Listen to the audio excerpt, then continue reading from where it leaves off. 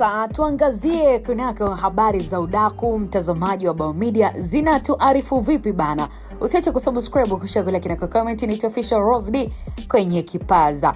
Bana, Juma Lokole pamoja na Diva wafika pabaya. Diva atoboa siri, kumbe Juma Lokole na ex wa Diva wana mahusiano ya kimapenzi.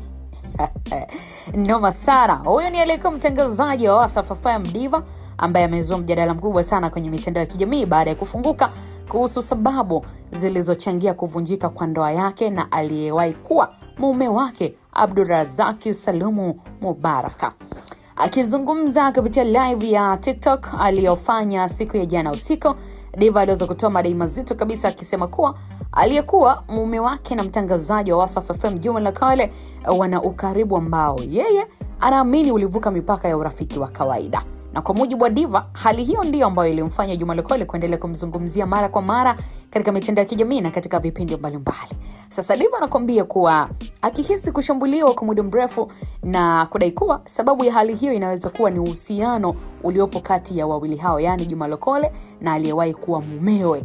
Lakini pia Diva alieleza kuwa wakati wa ndoa yake aligundua mambo ambayo hakuyafurahia na ambayo yalimfanya kuanza kuwa na mashaka kuhusu mwenendo wa maisha yao ya ndoa.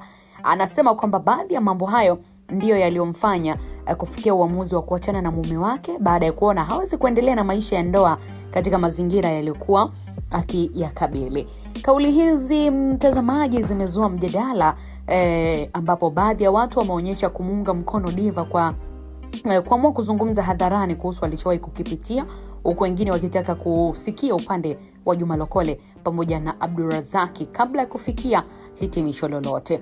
Hata hivyo, baada ya madai hayo kusambaa kwenye mitandao ya kijamii na kuzua mjadala mkubwa miongoni mwa mashabiki, bana, Juma Lokole alionekana kwenye sehemu ya maoni ya chapisho moja akiandika mfululizo wa emoji za kicheko, jambo ambalo lilizua tafsiri mbalimbali kutoka kwa watumiaji wa mitandao. Mpaka sasa Juma Lokole hajatoa maelezo ya kina kuhusu madai hayo ambayo yametolewa na bidada Diva the Boss, huku mjadala ukiendelea kushika kasi kwenye mitandao ya kijamii. Unalizungumziaje swala hili? Moja kwa moja mimi nitapitia maoni yako wakati mwingine.